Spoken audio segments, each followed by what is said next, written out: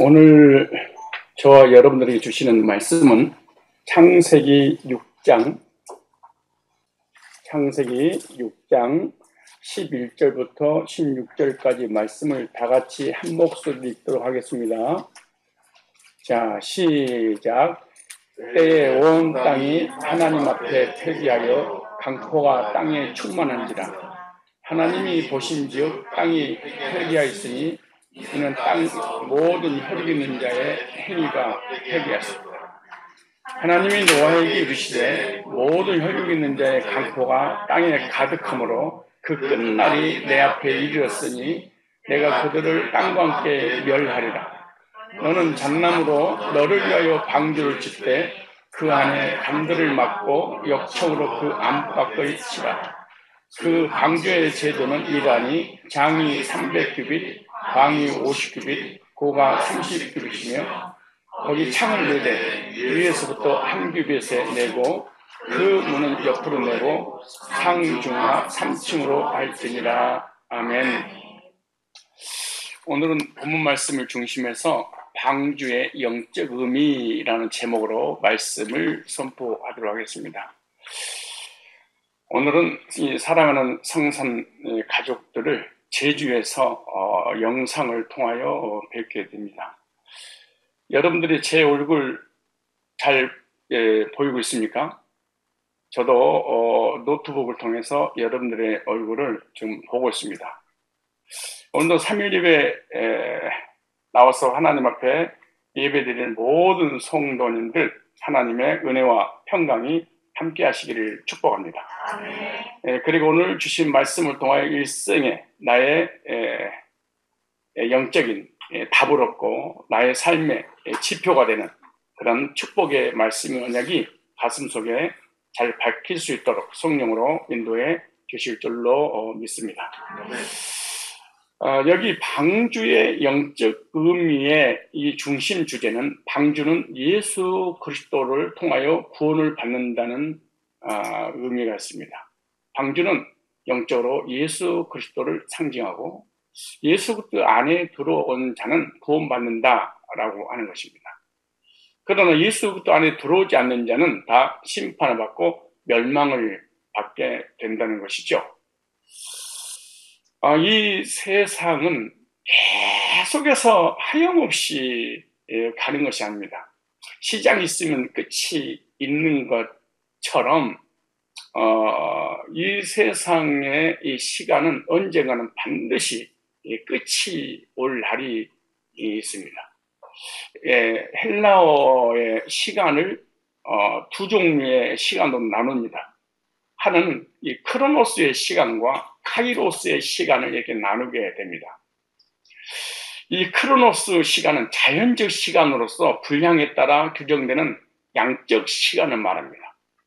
이 카이로스는 목적이 이끄는 의미 있는 시간으로서 내용에 따라 규정되는 질적 시간을 이 카이로스의 시간이라 그렇게 말합니다.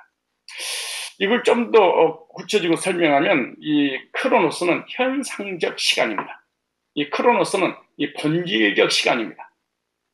이 크로노스는 이 육적인 시간입니다. 그런 카이로스는 영적인 시간입니다. 이 크로노스는 겉사람이 살아가는 숨쉬는 시간입니다. 이 카이로스는 속사람이 살아갈 수 있는 그런 시간입니다. 이 크로노스는 일시적인 시간입니다. 끝날 날이 오는 시간입니다. 그러나 이 카이로스라고 하는 시간은 영원한 시간입니다. 저와 여러분들은 자연적으로 24시간 안에 숨쉬는 공기를 마시고 사는 이 크로노스의 시간 속에 신자나 불신자가 다 살아가고 있는 것이죠. 그러나 하나님의 계획과 섭리 가운데 우리에게 복음이 들려지고 그 복음 믿어져서 구원의 확신을 가질 때 우리는 카이로스의 시간으로 갈아타게 되는 것이죠. 크로노스의 24시간 시간 속에서 영원한 시간인 이 카이로스의 시간으로 옮겨 타는 의미 있는 시간이 바로 영적인 시간이요, 구원의 시간이요, 그리고 영원한 생명으로서 천국 가는 그 시간이 카이로스의 시간입니다. 이 사람들은 24시간이 그러면 이 크로노스의 시간 안에서 이 제한 속에서 이것이 전부인 것처럼 살아가는 있는데, 이 하나님의 예정된 백성들은 이 크로노스의 시간 속에서 카이로스로 옮겨 탈 수 있도록 복음 있는 교회에서 이 복음을 듣고 구원의 이 확신을 갖게 하는 것이죠. 그래서 이 크로노스라고 하는 24시간 시간 속에서 이 복음으로 딱 거듭난 순간 이 카이로스라고 하는 시간에 열차에 탁 올라타는데, 이 올라타면 더 이상 내리라고 하지 않습니다.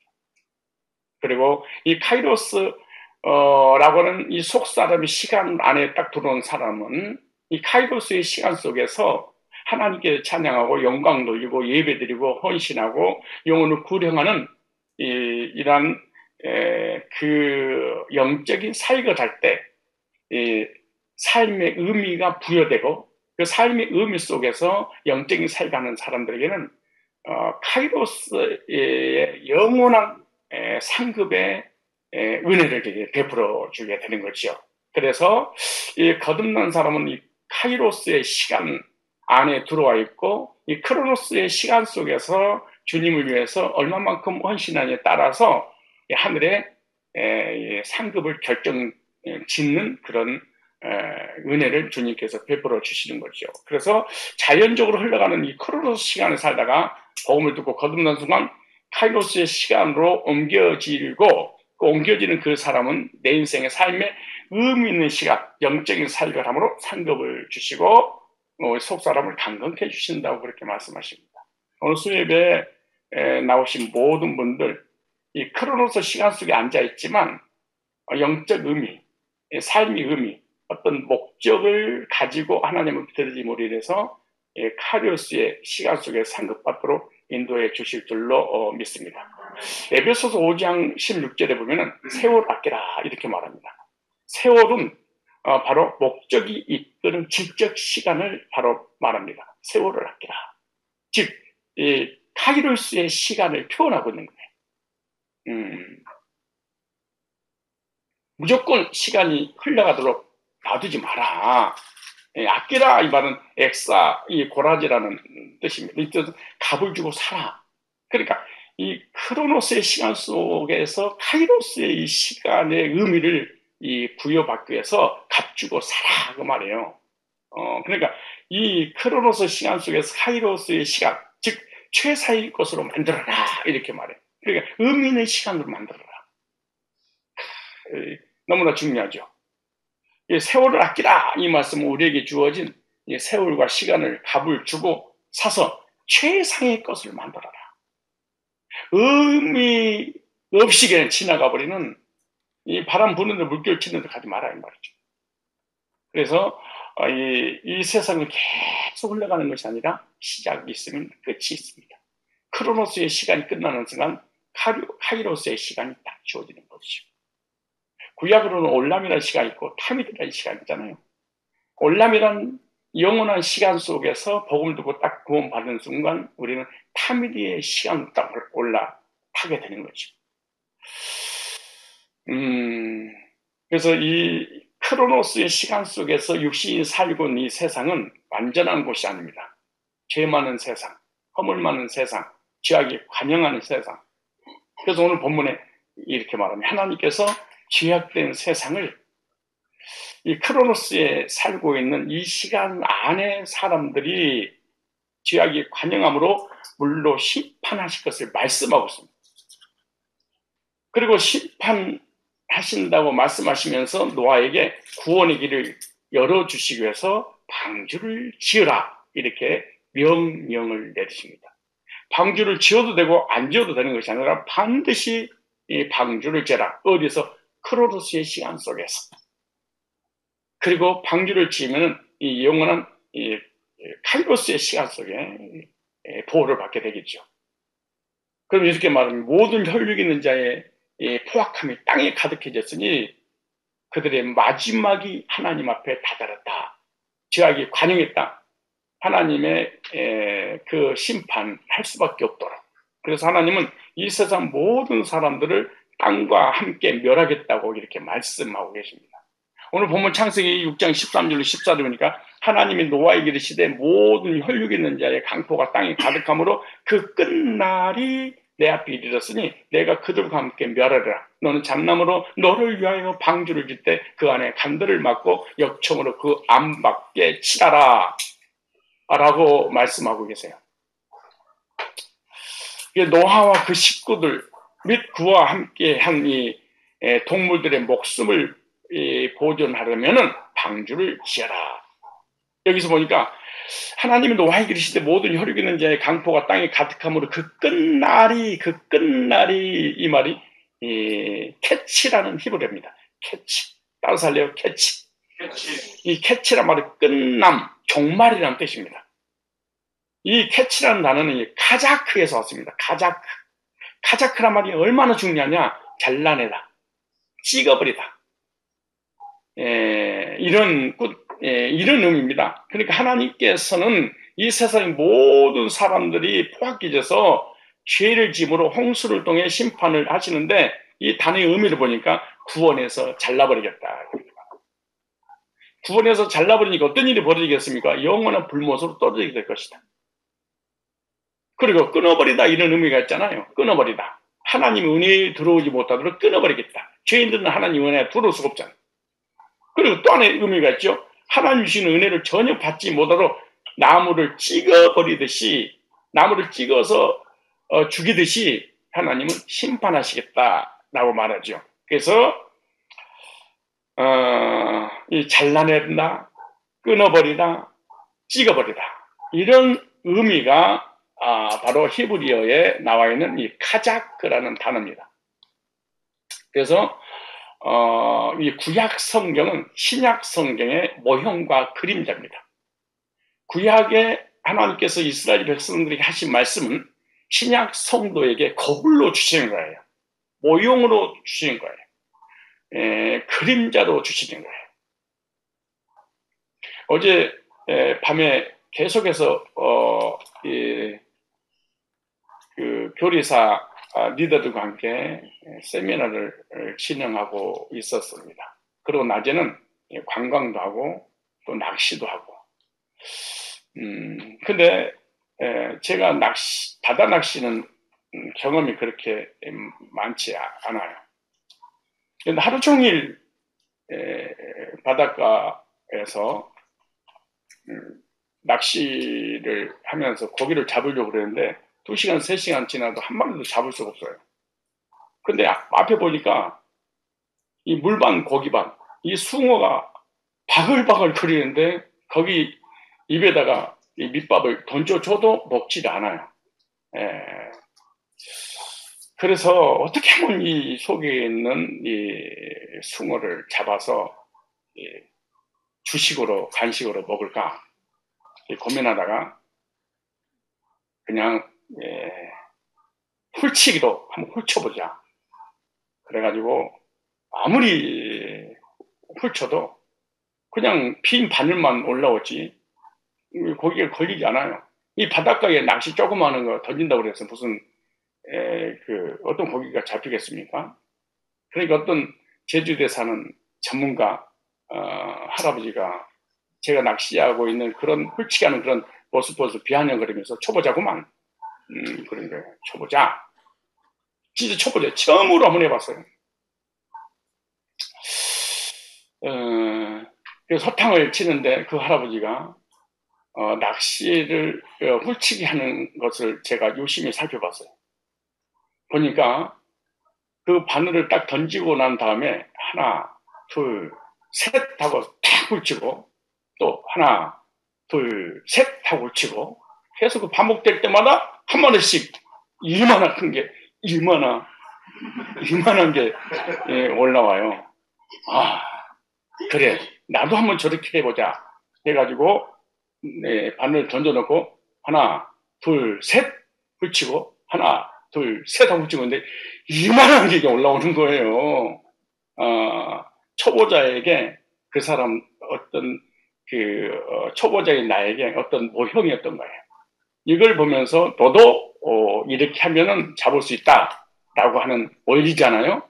근데 그 할아버지는 2마리 잡았는데 그 할아버지를 보면서 내가는 3마리를 잡았잖아요. 그래서 많이게 회로 쳐서 맛있게 먹었습니다.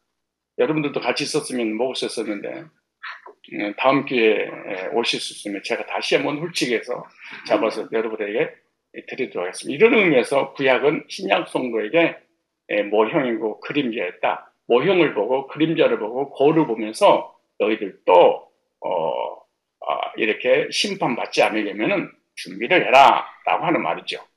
그래서 하나님이 노아의 때가 마지막 종말이 된 것이며 종말이 그 당시에 된 것처럼 말세를 사는 우리에게 너희들에게도 종말이 온단다 라고 하는 교훈입니다. 고린도전서 10장 6절에도 이스라엘 백성들이 가나안 땅에 들어가지 못하고 광야에서 멸망받은 것도 그런 일이 우리에게 거울이 되어 이렇게 말합니다. 우리를 하면 저희가 악을 즐겨하는 자가 되지 않게 하렵니다. 고린도전서 10장 11절에 보니까 저에게 당한 일이 거울이 되고 또한 말세를 만난 우리에게 경계로 주셨느니라 이렇게 말씀하고 있습니다. 소돔과 고모라가 멸망받은 것도 말세에 살고 있는 우리에게 거울로 주신 거예요. 유다서 1장 7절에 보니까 소돔과 고모라와 그 이웃 도시들도 여기 참 중요한 말씀 나오죠.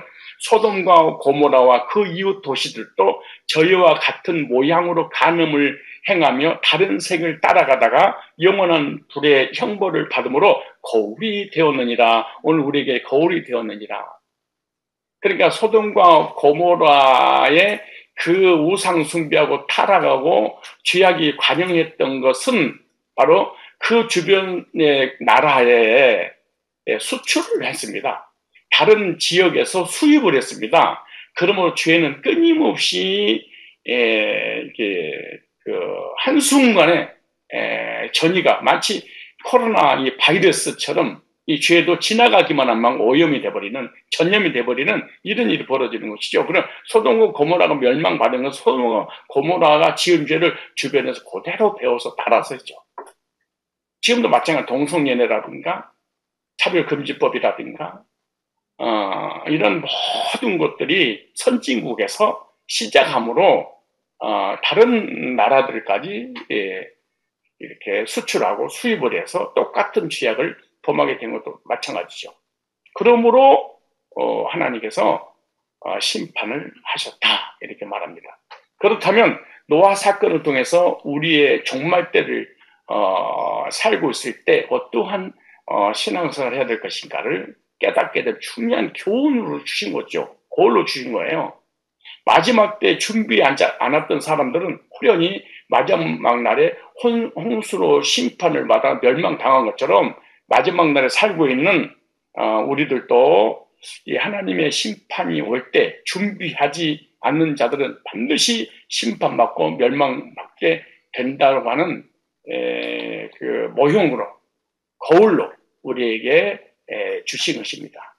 그래서 오늘은 방주가 주는 영적 의미 많은 원리들이 있지만 시간 관계상 두 가지 의미를 전달하고요. 그 두 가지 의미 속에 많은 원리들이 있습니다. 첫째, 방주를 어떻게 만들어야 될 것인가? 주님께서 방주를 만드는 방법에 대해서 말씀하고 있습니다. 6장 14절 보니까 이 방주는요, 하나님께서 친히 설계를 해주셨어요. 전능하신 창조자 하나님께서 완벽하게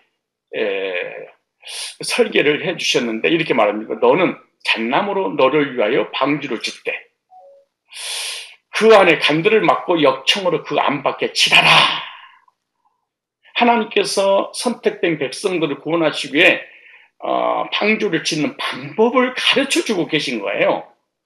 이 죄와 저주와 사망과 심판에서 해방받는 방법을 알려주신 거와 똑같은 거죠. 이 하나님 앞에 그 제사 드리기 위해서 성막을 만들어라. 그 성막을 만들어서 하나님을 만나서 하나님께 예배 드리기 위해서 성막을 지으라고 할 때도 설계도를 하나님께서 설계도를 만들어 주셨잖아요. 노아 방주도 하나님께서 직접 설계도를 만들어 주셨어요. 그리고 예수님을 통해 구원의 길도 하나님이 직접 제시하신 것이죠.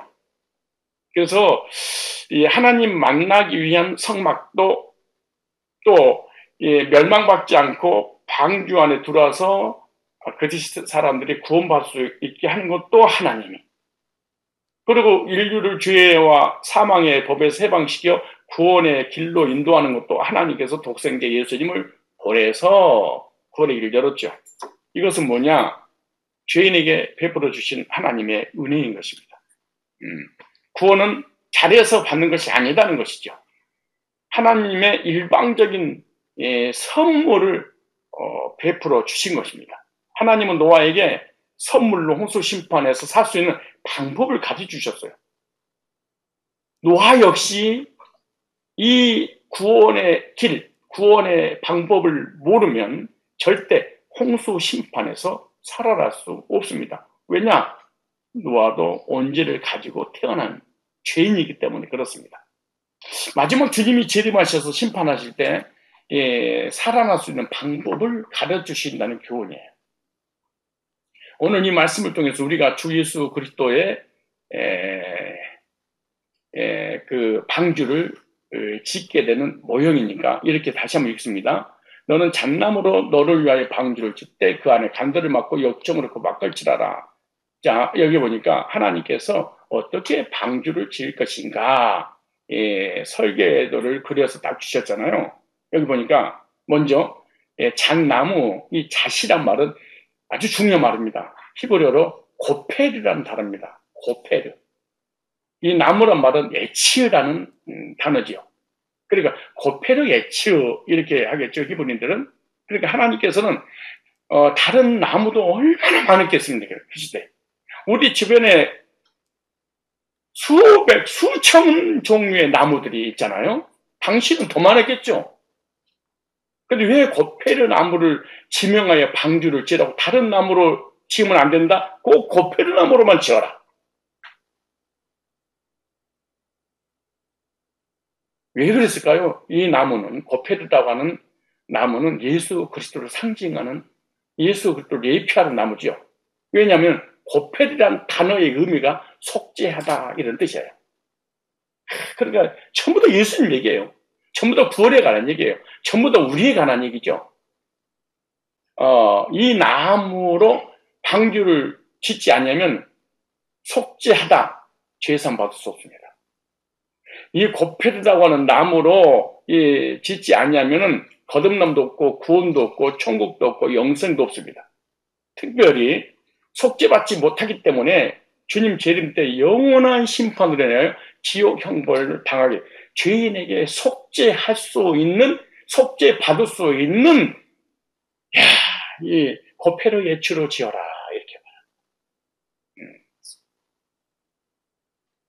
따라서 방주는 교회를 상징한다. 교회를 상징하고 예수님을 상징하고, 우리가 어떻게 구원받는 것을 상징하고 있는 거죠. 우리가 세상 사람도 그건 알고 있을 정도로. 그래서 교회의 주인은 목회자도 아니고 장로도 아니고 그 누구도 아니에요. 교회의 주인은 예수 그리스도를, 방주의 주인은 예수 그리스도고 예수 그리스도를 상징하고 예표하는 거죠.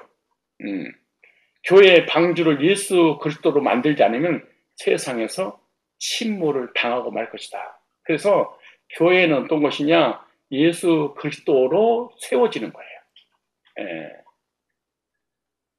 우리는 예수 그리스도의 교회를 만들어야 된다. 복음을 전해서 죄사함과 구원받게 하는 속죄 메시지를 강단해서 전해야 된다. 속죄의 메시지를 전하지 않는 교회는 교회가 아니다. 그래서 방주는 예수 그리스도를 예표하는 것이고, 방주는 교회를 상징하는 것이고, 방주는 구원받은 성도를 상징하는 거죠. 그리고 방주는 천국을 상징하는 것입니다. 예수 그리스도 안에 들어오면 구원받고 천국 간다, 그런 말씀이잖아요. 그래서 내 속사람과 우리 교회는 이 고페르가 있는가 확인해야 됩니다. 내 안에 고페르가 있는가, 속죄 은혜와 예수님의 그 보혈을 통해서 속죄 받은 속사람이 거듭난 적이 있는가, 그리고 우리 강단은 고페르의 속죄 메시지가 전파되고 있는가, 도덕이나 윤리나 세속적인 언어를 전달하는 이런 강단 아닌가, 그리고 나의 신앙은 그렇지 않는가 생각을 필요가 있어요. 예수의 피, 예수님 피로 구원받고 예수님을 증거하는 교회. 그래서 예수님을 증거할 때마다 속죄받고 거듭남의 역사가 일어나 구원의 간증을 하는 그런 고페르 예치가 있는 그런 교회인가 확인해야 합니다. 그렇지 않으면은 물로 심판할 때 단 한 사람도 살아갈 수 없었습니다. 그 다음 보세요. 어떻게 방주를 치라 하는가? 칸들을 막아라. 칸들을 막아라. 그 안에 칸들을 막고 그러죠. 이 칸이란 말은 캔이라는 단어입니다. 그것도 너무나 중요합니다. 속죄하다. 고페르에치. 속죄의 나무. 십자가잖아요. 선악을 알게 하는 나무의 실과를 먹었어요. 하나님 떠났어요. 범죄했어요. 죄가 들어왔어요. 저주받았어요. 심판을 받았어요. 지옥 가게 됐어요. 그런데 고페르 십자가의 나무를 만들어라. 그렇게 고페르. 2000년 전에 골고다에서 예수님께서 십자가라고 하는 나무에 못 박혀 피 흘리셨어요. 창세기 2장 17절에 그 우리가 언약을 파괴했던 것을 다시 하나님 안에서 회복시켜 주시오. 조주의 십자가의 나무를 달려 돌아가시죠.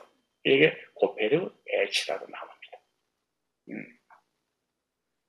그런데 여기 보니까 칸들을 막고 그랬잖아요. 이렇게 예수님의 골고다의 십자가에 못 박고 피 흘려 죽으신 그 주님으로 속죄받은 사람들은 캔, 보금자리를 만들다, 둥지를 짓다 이런 뜻입니다. 그러니까 방주를 짓기 위해서 칸들을 막아라. 많은 동물들이 살 수 있는 칸들을 막는다 그 말 있잖아요. 이 칸들은 예수 그리스도 통해서 천국의 보금자리를 만들어라 그렇게 말해요. 천국의 보금자리 누가 들어가죠? 속죄받은 사람. 고페르 예치를 통해서 십자가에 달리신 예수님을 구원받은 사람들은 내 심령 속에 보금자리가 만들어지는 거죠. 그 보금자리가 만들어진 사람이 영원한 천국에 들어간다는 얘기잖아요. 새들이 둥지가 없으면 살 수 없듯이 구원받은 백성들이 천국에서 살 집이 없으면 천국에 들어갈 수 없습니다. 교회는 항상 예수 그리스도의 보금자리가 되어야 됩니다. 어떻게 하면 예수 그리스도의 보금자리가 될 수 있을까요? 바로 고페르의 십자가의 구속의 속죄의 메시지를 전하게 되면 심령 속에 보금자리가 세워집니다. 그리고 영원한 천국의 보금자리에서 안식하게 되겠죠. 그래서 상처받은 영혼과 죄인들이 예수님 품에 안겨서 휴식과 안식을 누려야 되잖아요. 우리가 집에서 하루 일과를 마치고 안식을 누리듯이 이 세상 떠나가는 천국에서 영원한 안식을 누리게 되는 거죠. 그래서 이 시대 우리 성산교회가 주님의 보금자리가 되고 안식처가 되기 위해서는 이 고페르 예치의 속죄의 은혜의 메시지를 증거해서 죄사함받고 마음의 평강을 잡고 그리스도 안에서 둥지를 만들어서 주님의 보호를 받고 참된 안식을 누리다가 영원한 천국의 보금자리로 인도하는 그 일에 우리 성산교회가 쓰임받아야 될 줄 믿습니다. 그 다음에 이렇게 말합니다. 역청으로 치라라. 얼마나 이 구속의 메시지를 이렇게 디테일하게 설계를 주실 수 있을까요? 여기는 6장 14절에 역청으로 그 한 바퀴 치라라. 여기 역청이란 말은 아까는 잣나무, 고페르 예치 그랬잖아요. 여기 역청이 말은요. 코페르. 그러니까 코페르. 이거는 코페르입니다. 코페르. 이 코페르란 말은 몸값, 속전, 뇌물 이런 뜻입니다. 이 말씀이 출애굽기 30장 12절 보니까 모든 백성은 반세계를 생명의 속전, 코페르 여호와께 드릴지니라. 가난하든 부자든 관계없이 하나님 앞에 나오는 자는 코페르가 있어야 된다. 이렇게 말합니다. 속전세, 죄산 받는 속전세 이렇게 말합니다. 이사야 43장 3절에도 하나님에게 있어서 애굽은 이스라엘의 회복을 위해 속량물, 코페르로 주어졌다 이렇게 말합니다. 이 코페르, 너희를 대신하여 속량물로 그랬잖아요. 코페르라는 단어를 썼습니다. 몸값. 너희들을 위하여 지불했다 이런 뜻이잖아요. 신명기 7장 8절에도 여호와께서 다만 너희를 사랑하심을 인하여 또는 너희 열조에게 하신 맹세를 지키게 하심을 인하여 자기 권능에서 너희를 인도하여 내시되 너희를 그 종되었던 집에서 애굽 왕 바로의 손에서 속량하셨으니 코페르 대가를 지불하라 이런 뜻이잖아요. 이런 말씀이 많이 있습니다. 신명기 24장 18절은 너는 애굽에서 종이 되었던 일과 네 하나님 여호와께서 너를 거기서 속량하신 것을 기억하라. 코페르를 기억하라. 신명기 13장 5절에 보니까 그 선지자는 꿈꾸는 자를 죽이라. 이는 그가 너희를 위하여 너희를 애굽 땅에서 인도하여 내시며 종되었던 집에서 코페르 속량하여 취하신 너희 하나님 여호와를 배반케 하려 하며 너희 하나님 여호와께서 네게 행하라 명하신 도에서 너를 꿰어내려고 말했습니다. 너는 이같이 하여 너희 중에 싹을 지혜할지니라. 신비주의에 나타난 줄 아세요? 코페르를 잊어버리게. 꿈꾸고 예언하고 방언하고 환상 보고 계시받고 입신하고 이런 모든 사단의 전략의 은사가 한국 교회를 장악한 것은 코페르를 잊어버려 속량, 속죄, 예수님의 몸을 들임으로 피 흘려서 우리를 하나님이 공의에 만족시켜서 하나님 앞에 가지 못하도록 하는 이 구속의 은혜를 잊어버리게 하려고 사단이 은사를 우리에게 허락한 거예요. 무서운 일입니다. 성경에서 꼭 예언이나 환상이나 계시나 이런 그 은사에 관한 얘기할 때마다 그 앞에 문벽을 보면은 여기를 애굽에서 속량하여 내신 구원의 주님을 있게 하려고 꿈, 예언, 방언, 환상, 신비한 체험을 통해서 복음을 잃어버리게 하려고 사단의 전략이죠. 시편 49편 7절에도 아무도 결코 그 형제를 구속하지 못하며 저를 위하여 하나님께 속전을 바치지 못하는 것, 속전, 속량이라는 단어입니다. 이거는 이제 구속이라는 단어 같은데요. 이거는 이 파다라는 단어와 비교되는 이 파다는 속하다, 속량하다, 구원하다. 그러니까 하나님께 범죄한 인간은 죄 문제 해결하기 위해서 속량물이 반드시 필요하다. 이 코페르가 반드시 필요했다. 그래서 하나님께 범죄한 인간의 지은 죄를 속량하시려고 그리스도를 상징하는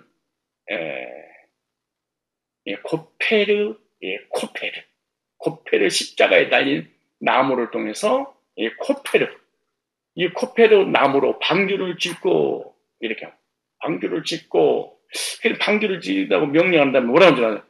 그 다음에 역청으로 이 역청도 코페르입니다. 이거 아주 중요한 단어인데요. 십자가에서 우리의 죄를 속량 위해 몸값을 지불하신 주님을 예표하는 거죠. 나를 위해 속죄금으로 십자가를 다니신 분은 바로 예수 그리스도십니다. 흠조 점도 없으신 주님께서 어린 양으로 오셔서 나를 위해 십자가에서 대속의 죽음을 죽으신 거죠. 언제로 인해서 하나님과 원수가 되어 죄와 저주와 사망과 지옥에 들어갈 뿐만 아니라 자범죄로 인해서 주님을 거역하는 영적인 죄, 마음의 죄, 생각으로 지은 죄, 행동으로 지은 죄, 원망, 불평, 모든 도른 죄를 십자가에서 대속하시고 구원으로 저와 여러분들에게 보상해 주시는 거죠. 그래서 이 13절에 갈라디아서 이렇게 4장 13절인가요? 그리스도께서 우리를 위하여 저주를 받은 바 되사 율법의 저주에서 우리를 속량하셨으니 율법의 저주에서 속량하셨으니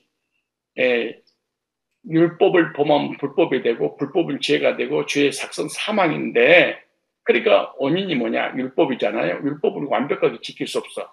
그래서 예수님께서 십자가의 구속을 완성하심으로 율법 요구를 이루어 주셨죠. 그래서 율법에 저주가 있는데 사람은 절대로 율법을 다 지킬 수 없어요. 그런데 율법 가운데 사는 사람들은요 계속 저주 가운데 살아갈 수밖에 없어요. 왜? 율법의 요구를 이루지 못하니까. 그런데 예수님께서 우리가 당해야 될 저주를 십자가에서 대신 당하심으로 율법의 저주를 대신 받으신 거죠. 그래서 예수 그리스도가 죄가 있어서 당하신 것이 아니라 우리를 대신해서 당하셨다 이렇게 말합니다. 그러므로 우리는 더 이상 저주를 받을 필요가 없어요. 이것이 예수 믿는 거예요. 그러니까 삶의 저주도 사실은 끝나고요.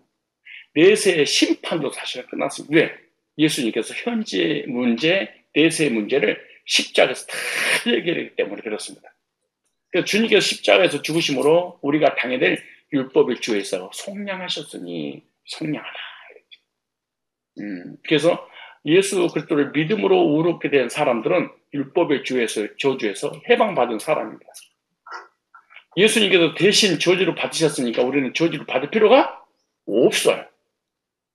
우리가 이 땅에 살면서 여러 가지 삶의 고난이 오면 사람들이 생각하기를 율법을 지키지 못해서 하나님 나를 저주하시는가 이런 생각을 하게 되는데 그렇게 하면 안 됩니다. 예수님께서 저주에서 우리를 다 속량했잖아요. 더 이상 저주 받을 필요가 있다 없다? 없다. 그래서 율법의 저주의 속량을 사도 바울이 분명하게 소개됐고 오늘 우리에게 기록된 말씀으로 들려주고 있습니다. 그래서 이 율법의 저주에서 속량을 받은 것은 우리의 행위로 되는 것이 아니에요. 하나님께로부터 난 은혜죠. 그러니까 주님이 이루어 놓으신 것을 내 것으로 누리기만 하는 것이 속량의 은혜를 받은 거예요. 그래서 율법의 행위에 속한 자가 있고 율법의 행위에서 해방된 사람이 있어요. 율법의 저주를 속량하신 예수를 믿음으로 구원받은 사람들은 율법의 저주에서 속량받고 해방받은 사람이에요. 그래서 갈라디아서 4장 5절에 이렇게 말합니다. 율법 아래 있는 자들을 속량하시고 우리로 아들의 명분을 얻게 하십니다. 우리 한번 찾아보실래요? 갈라디아서 3장 13절에. 우리 다 같이 갈라디아서 3장 13절을 읽겠습니다. 시작. 저주를 받은 바 돼서 그리스도께서 오늘 이 말씀을 우리에게 주신 하나님의 언약으로 적용을 하면서 받으셔야 됩니다. 그리스도께서 광종이를 위하여 저주를 받은 바 돼서 예수님께서는 저주받을 필요가 없습니다. 흠도 점도 없으신 하나님이시고 의로우신 분이고 영생의 주인이십니다. 그런데 우리의 죄를 대신해서 율법의 요구를 이루시려고 저주를 받은 바 돼서 율법의 주에서 우리를 속량하셨으니 기록된 바 나무에 달린 자마다 저주 아래 있는 자라 했습니다.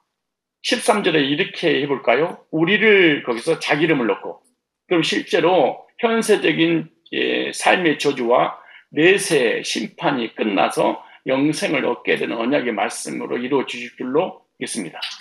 13절에 시작. 그리스도께서 광종이를 위하여 저주를 받은 바 되사 율법의 저주에서 광종이를 속량하셨으니 기록된 바 나무에 달린 자마다 저주 아래 있는 자라 하였습니다. 내가 죄 때문에 율법에 의해서 저주를 받아야 되는데 예수님께서 십자가에 대신 저주를 받음으로 속량의 피를 흘려주셨기 때문에 나는 더 이상 저주받을 필요가 없어요. 연약해서 넘어지고 쓰러질 때마다 나는 저주받은 사람이야 라고 해서는 절대로 안 됩니다. 예수 믿는 사람이 아니에요. 저주 끝났잖아요. 8일로 해방이 된 것처럼 우리는 죄와 사망의 법에서 해방받고 자유를 주셨습니다. 이것이 행위로 되는 것이 아니라 은혜로 되는 거예요. 율법으로 되는 것이 아니라 믿음으로 되는 거잖아요. 그래서 이 방주의 모형도 방주와 예표한 것이 바로 예수 그리스도고 바로 교회잖아요. 그러므로 교회는 그리스도의 피가 있어야 됩니다. 속죄의 은혜가 있어야 됩니다. 예수 그때 십자가의 구속에 복음이 선포되어 많은 영혼들이 코페리의 속량의 은혜를 입고 구원받아 하나님의 자녀가 될 수 있도록 반드시 복음을 선포해야 됩니다. 코페르의 이런 속량의 은혜가 없다면 이건 그리스도인이 아니고 그건 사실은 교회가 아니에요. 교회가 율법을 전하거나 도덕과 윤리를 전하거나 신비한 체험을 전하는 것은 이건 이거 고페르도 없고 코페르도 없습니다. 이거는 하나의 건물이고 인간의 모임이고 갯돈 타려고 사람들이 개모임에 불과한 거예요. 아주 무서운 조직입니다. 그래서 우리 교회는 고페르가 있는가 코페르가 있는가 알아야 됩니다. 말세 진말에 살고 있을 때 교회가 역청을 바르고 반드시 선포해야 됩니다. 예수님이 하나님이라는 걸 선포해야 됩니다. 예수님이 하나님의 아들인 것을 선포해야 됩니다. 예수님이 나를 위해서 속죄의 피를 흘려주셨다고 이 선포를 해야 됩니다. 예수님께서 우리 의롭다고 선언하시기 위해서 부활했다고 선포를 해야 됩니다. 예수님 믿으면 죄와 저주와 사망과 지옥에서 해방받는다고 선포해야 됩니다. 예수 믿으면 하나님의 자녀가 된다고 선포하고 예수님을 믿으면 하나님 나라를 상속받을 상속자라고 선포해야 됩니다. 그러기 위해서는 방주 안에 들어온 자는 살았듯이 예수 안에 들어온 자는 산다. 이렇게 선포하는 것이 바로 교회가 해야 될 사명이에요. 이 시대의 모든 교회가 역청을, 코페르를 바르지 않으면 반드시 세상의 물이, 오염된 물들이, 조지의 물들이 이 세상 풍속과 지역과 인본주의가 교회에 들어와서 교회를 침몰하게 만드는 거예요. 역청으로 말라라. 역청이 없는 교회. 세속화 돼버리고 마는 거예요. 인본주의가 되고 마는 거예요.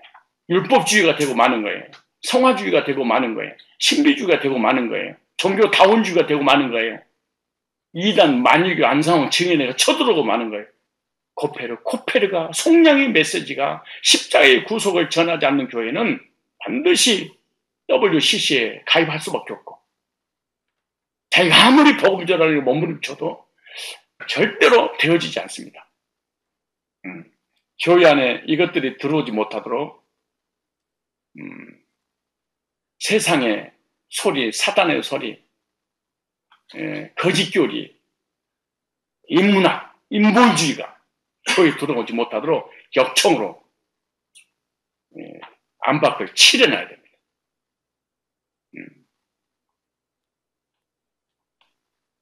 세상도 자신도 환경도 인본주의도 이단의 거짓교리를 이길 수 있는 유일한 길은 역청으로 칠하라. 역청으로 그 안밖에 칠하라. 칠하라. 뭘로? 역청으로. 어디를? 그 안과 밖을 칠하라. 이렇게 말해요. 이 안이란 말이 무슨 말이냐? 바이트라는 단어입니다. 바이트. 집, 가족 이 말이 바이트. 안 이런 뜻이. 밖 이 말이 후추라는 단어. 후추. 외부, 바깥쪽 이런 의미입니다. 안과 밖을 어떻게 해라? 칠하라. 칠하라 말이 카파르라는 단어예요. 엄청난 말씀이죠. 카파르. 너희가 성경에서 영생을 얻는 줄 생각하고 성경을 상고하거니와 이 성이 곧 내게 되어 기록됩니다. 똑똑한 목회자나 똑똑한 선교사나 똑똑한 신학자나 교회 오래 다니고 성경 많이 읽은 사람이 꼭 질문해. 구약에 예수가 어디 있어요? 구약에는 여호와만 있지. 여호와 증인처럼 이단들이 돼버리고 말아요. 그래서 예수님이 그러신 거예요. 성경에서 너희가 영생을 얻는 줄 알고 상고하거니와 이 성경이 곧 내게 대하여 기록이 됩니다. 다예요. 여기 나오잖아요. 안과 밖을 칠하라. 카파로 덮다. 가리다. 진정시키다. 화해하다. 속죄하다. 역청으로 위에 칠하라. 이런 의미입니다. 예수님의 구속의 보혈로 우리의 모든 죄를 덮어라. 온지와 차범죄를 덮어라. 카파르. 그래서 예수의 보혈로 우리의 모든 죄를 덮어 가려주심으로 속죄하다. 속죄받고. 속죄받으니까 어떻게 된 거예요? 하나님과 화해하고. 하나님과 원수됐었잖아요. 예수님 보혈로 화해한 거예요.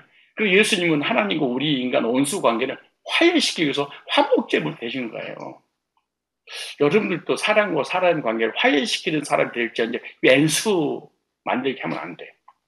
이게 하나님 백성들 한 일인데 거의 사단에 사로잡히는 교인들이나 세상 사람들은 사람과 사람의 관계를 이간시켜서 원수를 만들어버리잖아요. 그런 짓을 하면 안 됩니다.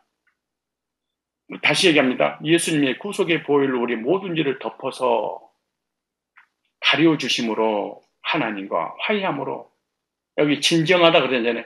하나님의 진노를 진정시키고,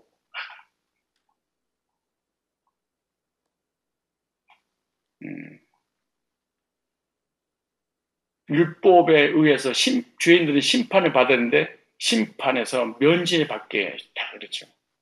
그래서 출애굽기 32장 20절 이렇게 말합니다. 이튿날 모세가 백성이들 너희가 큰 죄를 범하였도다.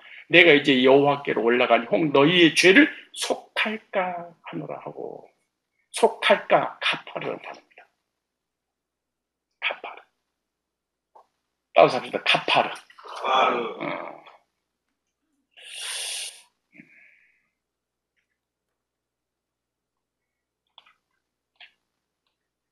그런데 하나님은 방주의 안과 밖을 반드시 역청으로 칠하라 명령했습니다. 방주 안 밖을 칠하라. 칠하는 것이 뭐냐? 예수 그리스도의 피를 상징합니다. 방주 안과 밖을 예수의 피를 상징하는 역청으로 칠하는 순간 죄와 죽음과 심판에서 보호를 받고 구원받죠. 무시무시한 무심판에서 구원받게 되는 거죠. 그러니까 밖에 있는 물이 0.1%라도 방주 안으로 들어오면 안 돼. 그러면 침몰당하고 말아. 방주가 언제 침몰당하는 게 밖에 있는 물이 빵꾸가 나가지고 새서 들어오면은 침몰당하는 거죠. 우리의 속사람이 0.1%라도 하나님께서 설계한 대로 구원을 받지 못하면 세상 것이 들어와버려야 되죠.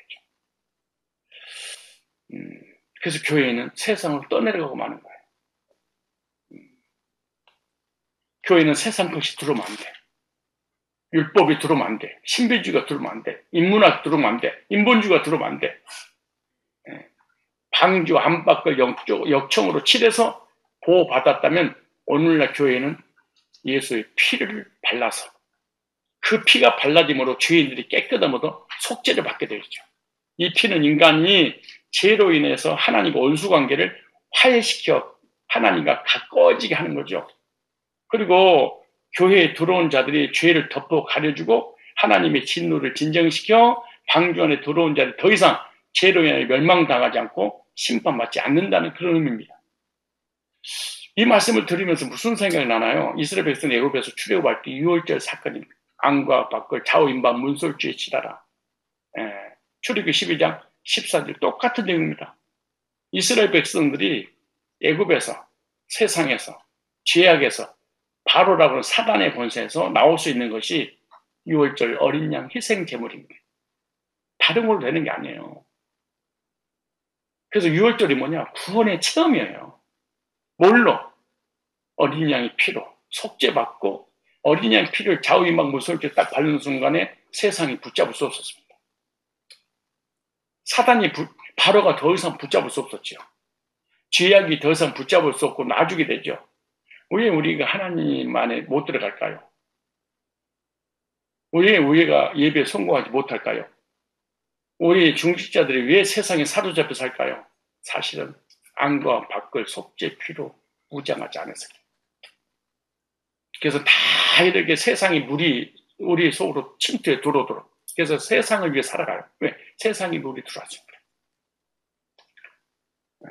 이게 핑계 대서 절대로 핑계를 댈 수 없고 어떻게 핑계를 대요? 사실인데. 6월절은요, 애굽을 심판하시는 밤에 천사가 유월하는 제목이 있죠. 어떤 천사가? 죽음의, 심판의, 저주의 천사가. 문설주에 발라진 피를 보고 천사가 유월했다 이렇게 말합니다. 그 안에 죄인이 있든 의인이 있든 죄를 졌든 안 졌든 이 좌우인방 문설주 피를 발랐다는 그것을 보고 유월했다. 보아 넘어갔다 이렇게 말하잖아요. 예수 그때 피를 보고 심판이 유월되는 것이 구원의 체험이죠. 그 이스라엘 백성들이 유월절 체험이 그리스도인으로서 첫째 날, 새로운 날이 시작되는 거죠. 우리가 교회 다니는 날이 아니에요. 방언받는 날이 아니에요. 바로 구원받는 날이 그리스도 안에 새로운 피조물로 시작된 날이죠. 유월절 체험입니다. 즉 세상에서 하나님 나라로 옮겨지는 체험.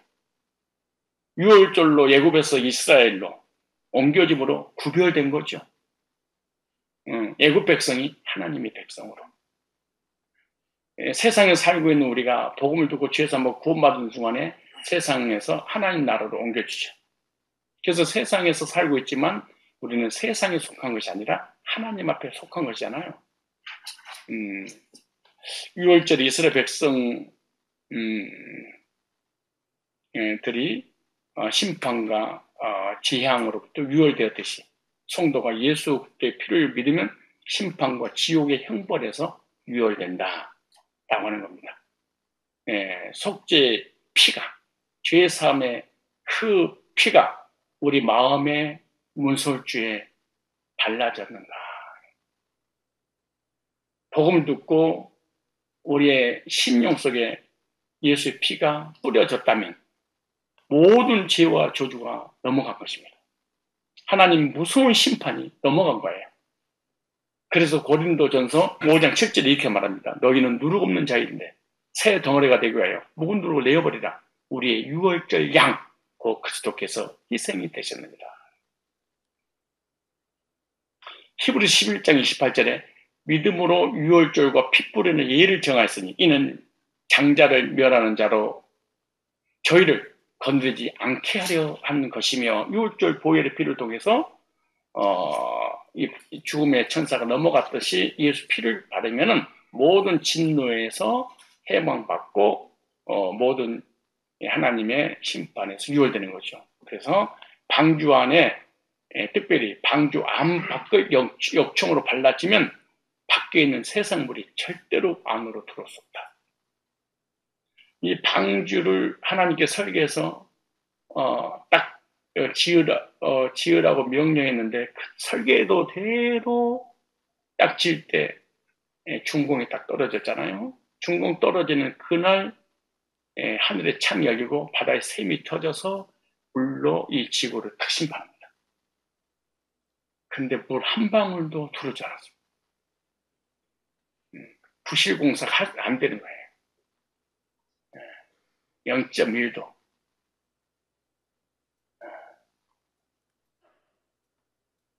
즉 땅에 세상의 영향을 전혀 받지 않습니다.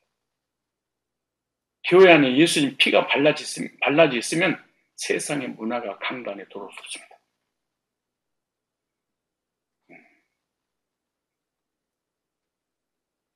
우리 교회에 복음의 피가 뿌려지게 된다면 세상의 문화와 인본주의가 절대로 들어오지 못하도록 하나님 막아주시는 거죠.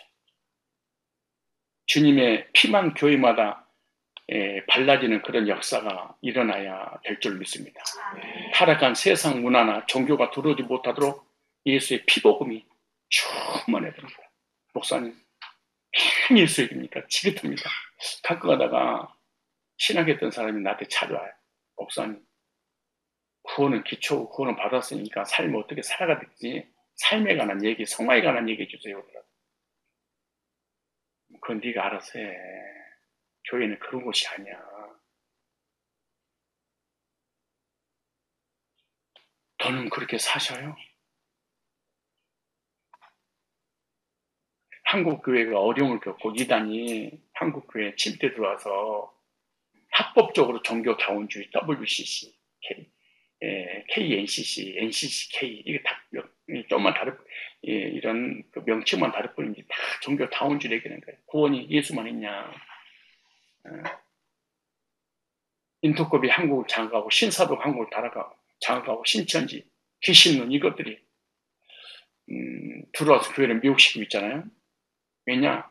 따라합시다. 예수의 피가 강단에서 전하지 않기 때문이다. 예수의 피를 전하지 않아서 그런 거예요. 나의 죄를 씻기는 예수의 피밖에 없네. 다시 정케하기도 예수의 피밖에 없네. 강단에서 우리 심령 속에 우리 교회가 예수의 피복음을 무장하고 피복음을 전하는 그런 교회가 되어야 될 것입니다. 율법이 내 마음속에 큰 증거됩니다. 회개가 내 마음속에 큰 증거됩니다.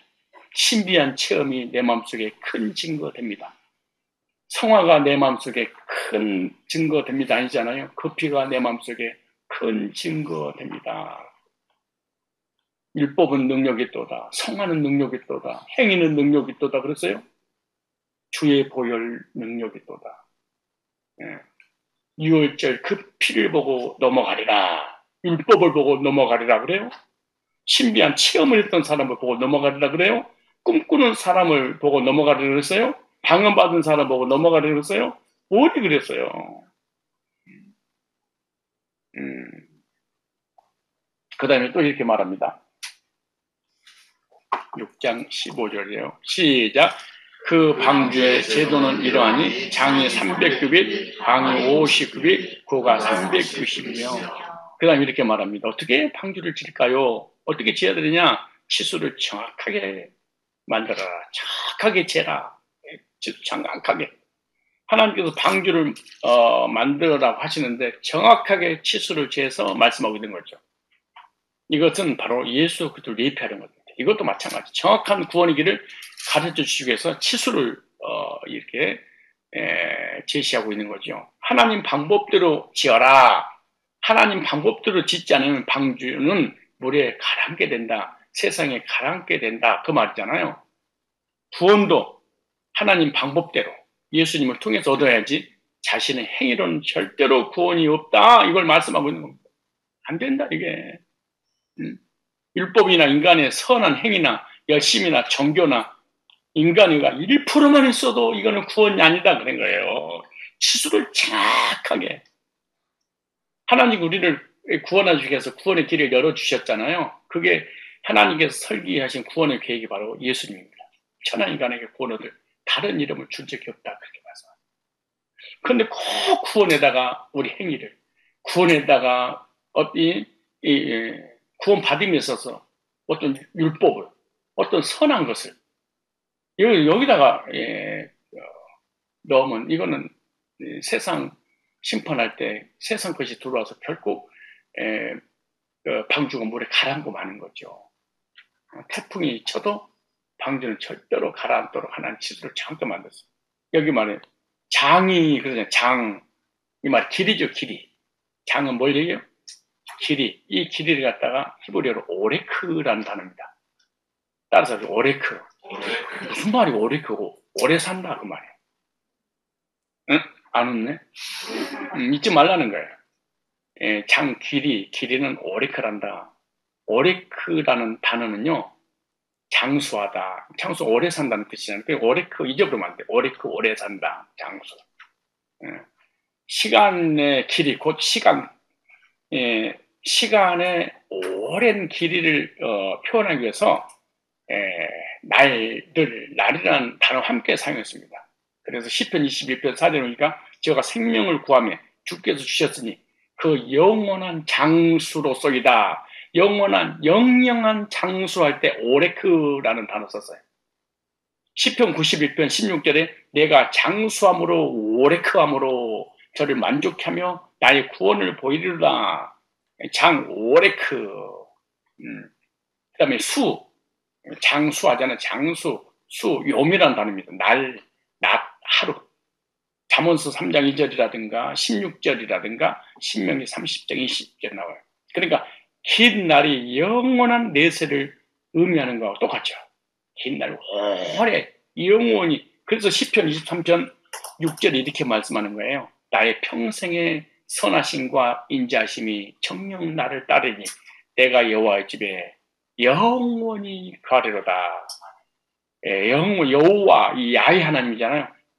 여호와의 집에 바이트, 집 가정. 영원히 살리라. 날, 낮, 하루. 오니, 욤 오레크. 오니, 오레크. 영원히 하나님의 집에 천국에서 살리로다. 이렇게 됐습니다. 오레크. 우리는 주님 안에서 있다가 이 세상 떠나간 날, 욤 오레크. 영원히 하나님의 집에서 영원히. 그래서 시편 20편 6절을 기록한 다윗이 하나님 안에서 구원의 확신을 이렇게 노래했어요. 내가 요모레 그 영원히 여호와의 집에서 하나님, 그래서 요한복음 14장 아버지 집에는 거할 곳이 많도다. 그래서 하나님께서 길이를 정해 주셨잖아요. 예, 그래서 그 길이란 뜻에 장수하고 오래 산단다 그렇게 말해요. 방주 안에 들어오면 영원히 산단다 이렇게 말하죠. 투말할 것도 없이 방주는 예수에서 말씀드린 바와 같이 예수 그리스도를 상징합니다. 바로 예수 안에 들어오는 자는 구원받아서 천국에서 영원히 산단다. 그 말씀을 예수님이 직접 말씀하셨죠. 요한복음 5장 24절에 또 요한복음 10장 28절에 내가 진실로 진실로 너에게 이르노니 내 말을 듣고 또 나 보내신 이를 믿는 자는 영생을 얻었고 심판이 이르지 아니하는 사망에서 생명으로 옮겼느니라. 내가 너에게 영생을 주노니 영원히 멸망치 아니할 터이요. 영원히 멸망치 아니할 터이요. 근데 다니엘서 7장 18절에 보면 다니엘이 그렇게 말했습니다. 지극히 높으신 자의 성도들이 나라를 얻으니 그 누림이 영원하고 영원하도다 그렇게 말합니다. 나라를 얻으니 나라라는 단어가 아람어입니다. 이거는 히브리어가 아니고요. 아람어인데 이 말쿠라는 단어입니다.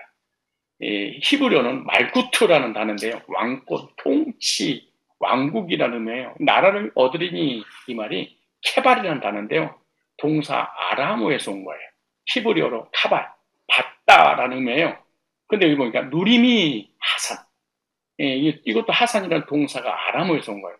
히브리어로 하산에 해당되는데 소유하다, 가지다 이런 뜻이 있어요. 그 누림이 어떻게 한다? 영원하도다. 이 알람. 아침에 알람 소리를 듣고 일어났잖아요. 알람. 히브리어로 올람에 해당되는 거예요. 올람. 영원하다. 영속, 영존. 영원히 의미하는 거예요. 그래서 이렇게 말해요. 알람하도다. 그렇게 말하죠. 올람하도다. 우리는 타미드하도다. 그런 말 같은 말이에요. 영원하고. 왜 그럴까요? 세상 권세는 일시적이란다. 세상 권세, 바벨론이 그 이스라엘 통치하고 다스릴 때 바벨론이 영원한 것 같았지? 아니란다. 메데파사가 영원한 것 같지? 아니란다. 헬라가 영원한 것 같아? 아니란다. 로마가 영원한 것 같아? 아니란다. 하나님 나라의 백성들의 삶이 영원하다 한다 그 말이에요. 이 세상은 영원하지 않아. 이 세상 권세도 영원하지 않아. 다 일시적이에요. 예? 현 정권이 영원한 것처럼 온갖 법을 수천 개를 수정하고 나라를 완전히 무너뜨리려고 해서 하나님의 교회를 무너뜨리고 박살내려고 모든 준비를 다 갖추고 있었지만은 하나님 흔들어버려 한순간에 가는 거예요. 공산주의가 됐든 독재가 됐든 민주주의가 됐든 자본주의가 됐든 사회주의가 됐든 이 땅에 있는 건 영원하지 않아요. 다 일시적인 거예요. 오늘 아까 우리 낚시 갔다 온 분들이 경치가 좋고 운치가 있는데 목사님 사진 한번 찍어드릴까요? 그래서 사진을 찍는데 사진을 딱 우리 장집사님 찍고 나한테 보여줬어요. 보는 순간 지워버렸습니다. 제가. 내 얼굴이 그 아름다운 멋있는 이 얼굴이 영원할 줄 알았더니 눈이 하나는 제껴져 있고 하나는 틀어져 있고 웃으니까 주름살이 온 범벅에서 영원하지 않는구나 이게. 영원하지 않아요. 그래서 내 얼굴을 보고 실망하지 말고 속사는 보고 영원히 살 것을 생각하고 누리며 살아야 됩니다. 오늘 우리 그 사회 볼 때 찬송가 있잖아요. 길이 살겠네. 나 길이 살겠네. 눈물 겹도록 나는 어제 기도하다가 갑자기 막 눈물이 복받쳐 올라서 감정을 추스르지 못했습니다. 근데 그 이유가 있었습니다. 단번에 주신 구원, 단번에 얻는 도, 단번에 영혼이 온전히 거듭나 구원이 씻어지지 않는 이 복음을 주신 것에 대해서 얼마나 기도하는데 막 감격스럽더라고. 그 감격에 구원의 메시지를 듣고 우리 제주도에서 이 서귀포에서 사는 우리 권집사님이 여기 오셔서 함께 동참을 했어요. 예, 그분이 이 복음을 듣고 성산교회에서 신앙생활 하다가 제주도로 온 지가 벌써 3년이 넘어가는데 어디 가서 정착하지 못해서 교회를 다니지 못하고 실시간 영상으로 우리 교회 메시지를 듣고 살아가고 있습니다. 어느 교회 간다는 게 두렵습니다. 그래서 근데 마침 코로나 때문에 온라인 예배를 드리게 된 거에 대해서 나를 위해서 코로나가 터진 것 같습니다. 이렇게까지 말씀하시더라고. 그런 말씀을 여러 가지로 종합해 본 결과, 야, 단번에 얻는 이 구원의 도가 이렇게 엄청난 능력이 사람을 이렇게 변화시킬 수 있을까 감격도 하고요. 또 그런 말씀을 듣기 위해서 이렇게 앉아있고 예배드리는 성도들 단번에 얻는 구원의 도를 통해서 거듭나서 하나님 백성들이는 여러분들 생각하니까 막 감격의 눈물이 솟구쳐 올라오고 여러분 여기 와서 우리가 그냥 낚시만 하는 게 아니에요. 그렇지 않아요. 저녁 내 말씀 전하고 교제 나누고 그걸 기도하고 여러분들을 생각하지 않습니까? 이 세상은 영원히 가는 게 아니에요. 크로노스의 시간은 24시간 정해져 있어요. 이 크로노스 시간 속에서 카이로스의 하나님과의 만남을 딱 갖는 사람은요, 그 시간은 이렇게 말합니다. 올람 영원하고 찬송가 누가 작가인데 너무 아름다워요. 길이 살겠네. 이 찬송가를 이렇게 묵상하고 부르기만 해도 눈물이 나. 길이 살겠네. 나 길이 살겠네. 그러나 방주 안에 그리스도 안에 복음 안에 들어오지 못한 사람은 영원 한데 어디서 심판받고 지옥에서 영원히 사는 거예요. 방주는 예수님을 상징합니다. 방주는 교회를 상징합니다. 방주는 구원받은 성도를 상징하잖아요. 이 시대 교회가 이렇게 내세 천국으로 갈 수 있도록 복음을 선포해서 영원한 세계를 전해주며 우리가 삶을 마감을 해야 됩니다. 우리가 가는 최종 목적지는요, 천국입니다. 길이 살겠네. 영원히 천국에서 살겠네. 이게 길이를 다 이렇게 정리해 줬습니다. 그 다음에 너비라고 하죠. 너비. 노하브라는 다음에 노하브. 이거는 이제 라하브에서 왔습니다. 라하브에서 넓다. 에서 유래됐어요. 폭, 넓은 공간, 넓히다 이런 뜻입니다. 폭, 넓은 공간, 넓히다. 영혼을 넓게 열다라는 뜻이 있어요. 너비 속에 영혼을 넓게 열다라는 이런 의미가 있죠. 그 방주 안에 들어온 자는 세상에 욕심으로 사는 자가 아니라 주님께 주시는 은혜를 받아 살아야 되고 이 땅에 소망을 두지 말고 하늘에 소망을 두고 내 영혼이 주님을 바라보면서 영적인 일에 더 신경 쓰며 살라는 것이죠.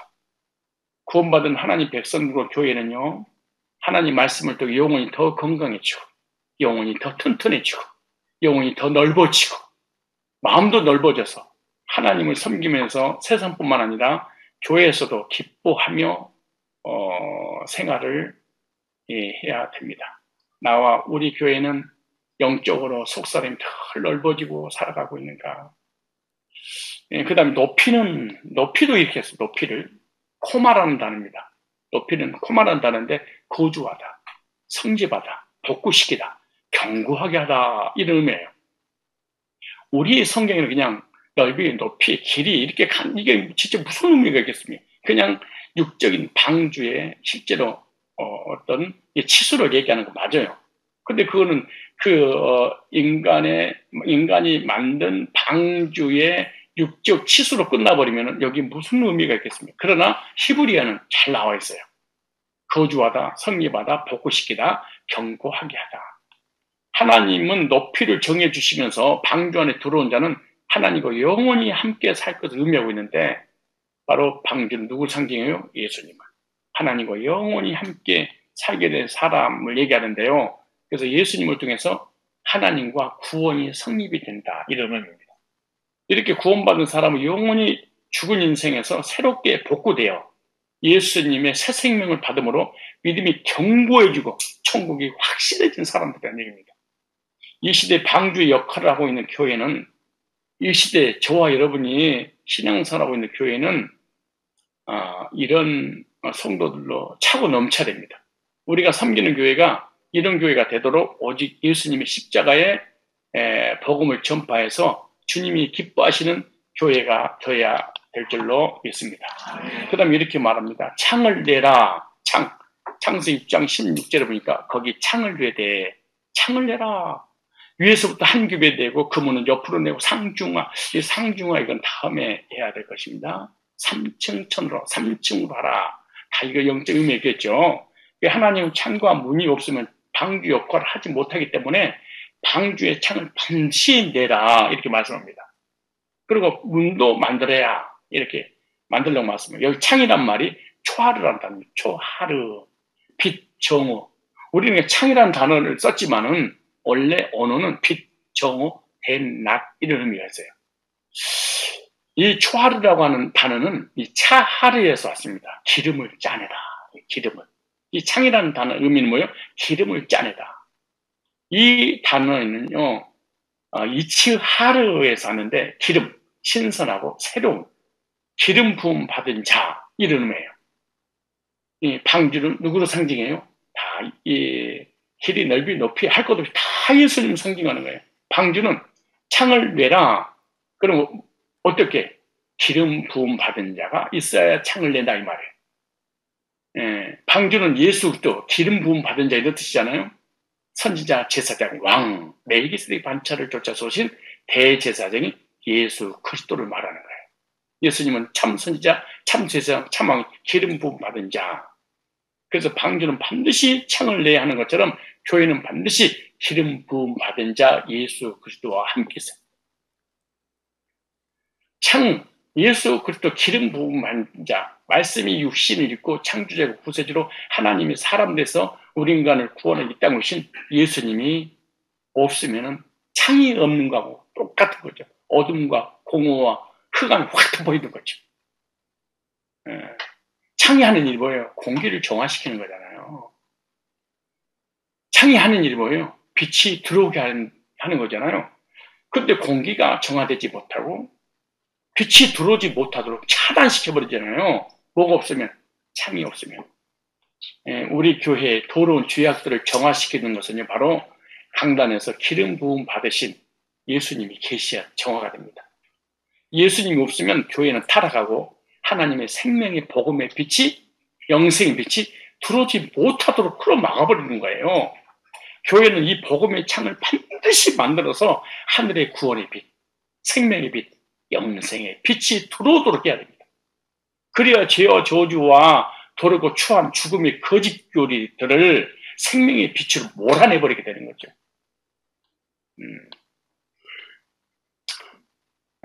그래서 기름 부음 받은 자, 창 대신 예수 그리스도를 통해서 생명의 빛, 복음의 빛, 영생의 빛이 들어오면 죄, 사망, 공허, 혼돈, 저주, 이런 모든 것이 물러가고 거짓 교리들이 교회에 절대로 침투해들지 못합니다. 그런데 창이 없어, 교회가. 복음이 없어. 기름 부음 받은 그리스도가 없어요. 어떻게 해야 돼? 세상을 이길 수 있겠어요? 어떻게 어둠을 이길 수 있겠어요? 어둠한테 져버리고 세상한테 져버리는 거죠. 죄악으로 타락했던 노아 시대에 더 이상 참을 수 없어서 물로 심판하실 때 그들의 마지막 구원선이 방주였습니다. 방주는 자신 스스로 갈 수 있는 것이 아무것도, 방주는 스스로 갈 수 있는 것이 아닙니다. 방주에는요, 돛도 없고 노도 없고 키도 없어요. 방주 특징이에요. 기가 막히게 이런 배가 어디가 있어요? 아니 운전대가 없어. 돛도 없어, 노도 없어, 아무것도 없어요. 근데 어떻게 아라산에 머물 수 있을까? 하나님께서 인도하셨어요. 이것이 방주예요. 그러니까 하나님께서 인도하는 대로 가는 것이 뭐예요? 방주예요.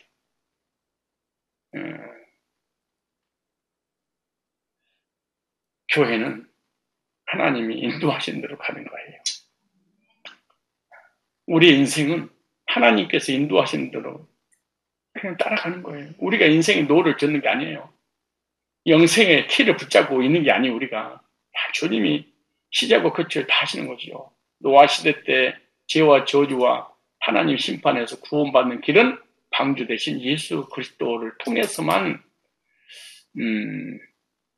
구원받을 수 있다는 것을 저와 여러분이 깨닫게 됩니다. 그래서 우리가 섬기는 이 교회가 이 시대에 타락한 세상으로부터 탈출시키고 구원시킬 수 있는 구원선의 역할을 감당해야 됩니다.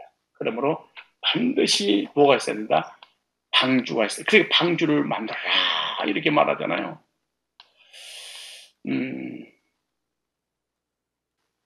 창세기 6장 14절에 왜 방주를 만들어야 되냐 말씀하죠. 너는 코페르 나무로 너를 위하여 구원은 누구를 위해서가 아닙니다. 너를 위하여 방주를 만들되 그 다음 18절에 너만 구원받으면 안 되지 않냐. 그러나 너와는 내가 내 언약을 세우리 너는 네 아들들과 네 아내와 네 자부들과 함께 그 방주로 들어가고 그랬습니다. 내가 구원의 확신을 갖고 방주 안에 들어오면 나 때문에 온 가족들이 구원받게 될 거란다. 주 예수를 믿으라. 그러면 너네 집이 구원을 얻으리니 그러잖아요. 나 한 사람으로 인해서 구원의 역사가 일어날 때 나를 통해 온 가족들이 있고 그러니까 뭐예요? 첫째 누구를 위하여? 나를 위하여. 누구를 위하여? 종을 위한 게 아니에요. 나를 위해 신앙생활하는 것이지 목사를 위해서 하는 것도 아니고 교회를 위해서 하는 것도 아니고 누구를 위해서도 하는 것이 아니에요. 나를 위해서 우리가 구원받고 나를 위해서 신앙생활하는 거죠. 그 다음에 가족들의 생명을 보존하기 위해서. 왜일까요? 죄와 저주로 인해서 하나님의 심판이 시작되기 때문에. 그래서 내가 먼저 복음을 영접하고 구원의 확신으로 그리스도의 방주에 들어가고 가족에게 복음 전해서 영혼들을 구원의 방주 안에 인도하고 많은 영혼들에게 복음을 외쳐서 심판의 저주 세방받고 보호받는 저와 여러분이 되시기를 주님의 거룩하신 이름으로 축원합니다. 기도하겠습니다.